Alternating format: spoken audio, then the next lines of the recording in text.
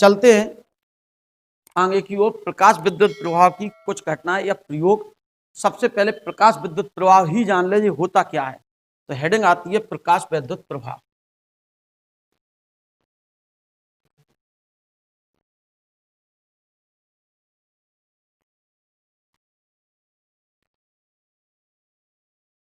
Photo electric effect. Photo electric effect, इसको अगर हम बात करें, ये है क्या चीज। पहले तो जब किसी धातु पर उपयुक्त आवृत्ति का प्रकाश, वर्डों को बहुत ध्यान से सुने। जब किसी धातु पर, हमने क्या ली, धातु, उपयुक्त आवृत्ति माने जैसी जरूरत हो, जितनी ज्यादा जरूरत की आवृत्ति, हर धातु के लिए अलग अलग आवृत्ति का प्रकाश चाहिए।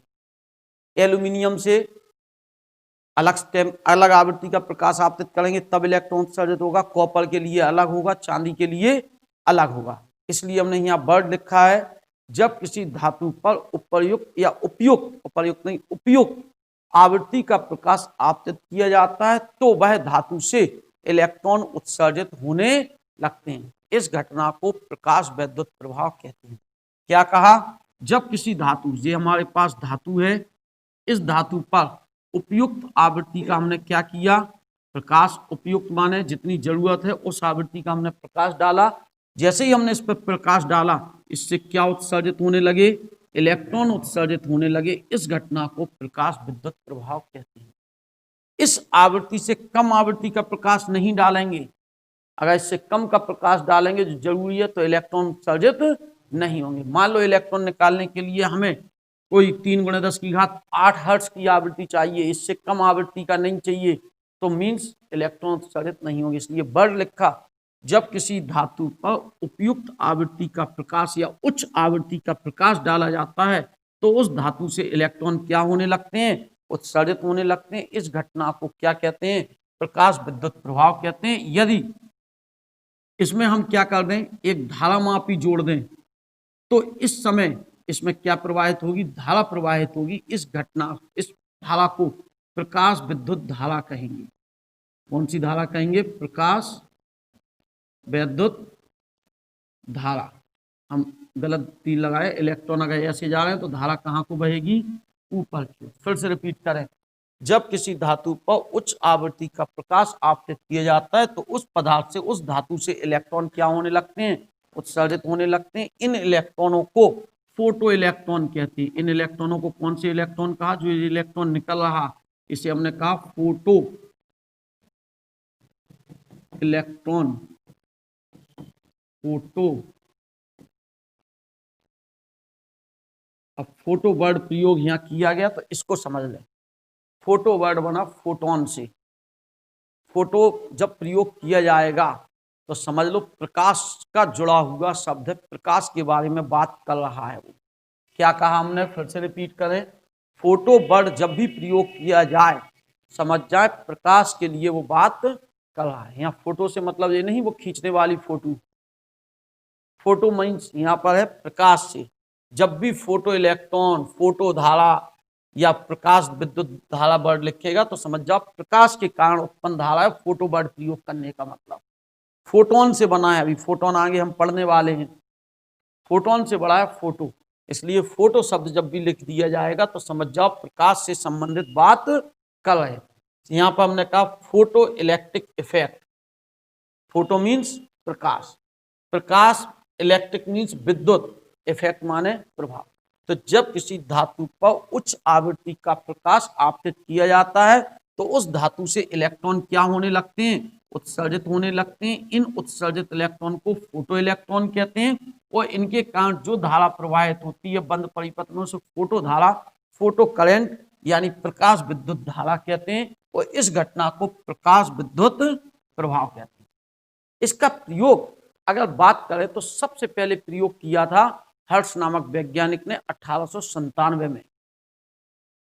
हर्ट्ज ने एक, हर्ट्ज आवृत्ति का मात्रक है, उनकी बात कर रहे हैं, लेनार्ड हर्ट्ज नाम था इनका पूरा, और इन्होंने प्रयोग किया था। यह प्रयोग जब किया था ये इस घटना को नहीं देख रहे थे, घटना दूसरी चल रही थी, वहां विद्युत चुंबकीय तरंगों की खोज कर रहे थे।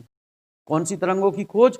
विद्युत चुंबकीय। और विद्युत चुंबकीय तरंगों की खोज करते समय उस प्रयोग के बीच में इन्हें इस घटना का महसूस हुआ कि यह घटना होती है। क्या किया इन्होंने?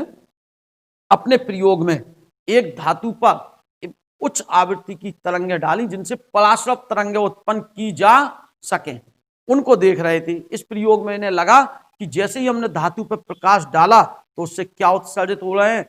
इलेक्ट्रॉन उत्सर्जित हो रहे हैं। यानी इस घटना को उन्होंने नाम नहीं दिया, लेकिन उन्होंने ये बता दिया कि धातु पर प्रकाश डालने पर उससे इलेक्ट्रॉन जैसी किरणें, यानी इलेक्ट्रॉन जैसे कण क्या हो रहे हैं? उत्सर्जित हो रहे हैं, या एक प्रकार की किरणें उत्पन्न हो रही है। जब थॉमसन ने बता दिया कि इलेक्ट्रॉन होते हैं, तब उस किरणों में बताया कि यह किरणें इलेक्ट्रॉन जैसे कणों से मिलकर बनी है। उस समय तक इलेक्ट्रॉन के बारे में हम नहीं जानते। उसी साल में ही थॉमसन ने अपना इलेक्ट्रॉन के बारे में बताया था, सन 1897 में ही, कि परमाणु से छोटा कण इलेक्ट्रॉन होता है। फिर उसके बाद हमने परमाणु मॉडल जाना। बात ठीक है ना? तो सबसे पहला प्रयोग इसमें किया हर्ट्ज नामक वैज्ञानिक ने। हर्ट्ज ने अपनी पराश्रव अपने प्रयोग में पराविद्युत चुंबकीय तरंगें उत्पन्न करने के दौरान इस तथ्य की, इस नियम की, इस प्रभाव की क्या की? पुष्टि की कि प्रकाश डालने पर धातुओं से इलेक्ट्रॉन उत्सर्जित होते हैं। जबकि 1902 के आसपास, 1897-98 से लेकर 1902 के बीच में लेनार्ड, ये दूसरे वैज्ञानिक थे लेनार्ड, वो हर्ट्ज जो है, हेनरी हर्ट्ज नाम है उनका, लेनार्ड नहीं है, हेनरी हर्ट्ज। और लेनार्ड दूसरे, और हॉलवास, दो वैज्ञानिक थे। इन्होंने सन 1902 में इस दूसरा प्रयोग किया, उसमें प्रकाश विद्युत प्रभाव की खोज की। अगर प्रकाश विद्युत प्रभाव की खोज किसी वैज्ञानिक के खाते में जाती है तो हॉलवास तथा लेनार्ड के खाते में जाती है। हर्ट्ज ने जबकि पहले बता दिया था यह घटना होती, उसको एक्सप्लेन, क्यों? वो दूसरा प्रयोग कर रहे थे, वो विद्युत चुंबकीय तरंगों के बारे में खोज कर रहे थे।